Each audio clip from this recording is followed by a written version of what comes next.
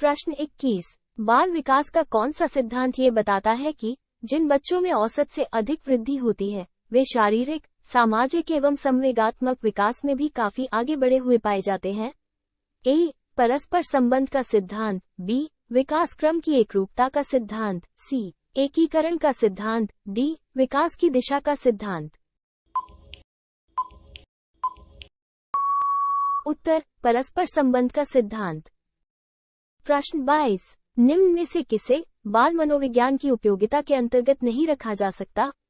ए. बालक के भविष्य के बारे में पूर्वकथन में सहायक। बी. बाल निर्देशन में सहायक। सी. शिक्षक की आर्थिक प्रगति में सहायक। डी. बालकों के व्यक्तित्व विकास को समझने में उपयोगी।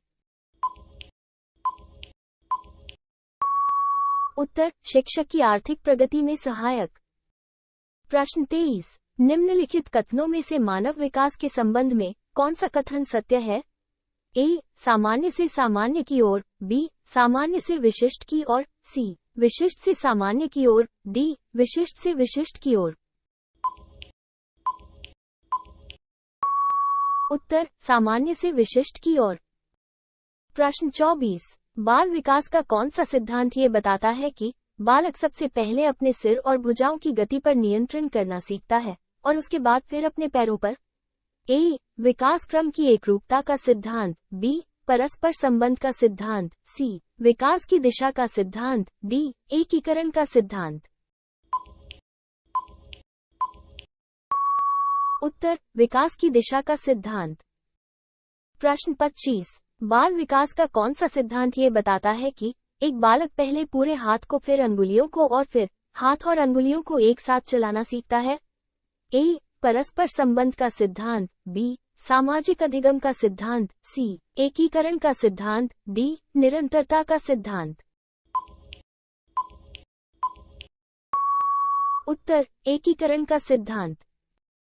प्रश्न 26। विकास के संबंध में निम्नलिखित में से कौन सा कथन सत्य है? ए. विकास की प्रक्रिया एक निश्चित दिशा में होती है। बी. वृद्धि और विकास की क्रिया वंशानुक्रम और वातावरण का संयुक्त परिणाम है। सी. विकास हमेशा सामान्य से विशेष की ओर चलता है। डी. उपर्युक्त सभी। उत्तर उपर्युक्त सभी। प्रश्न 27। विकास प्राणी में प्रगतिशील परिवर्तन है जो निश्चित लक्ष्यों की ओर निरंतर निर्देशित होता रहता है।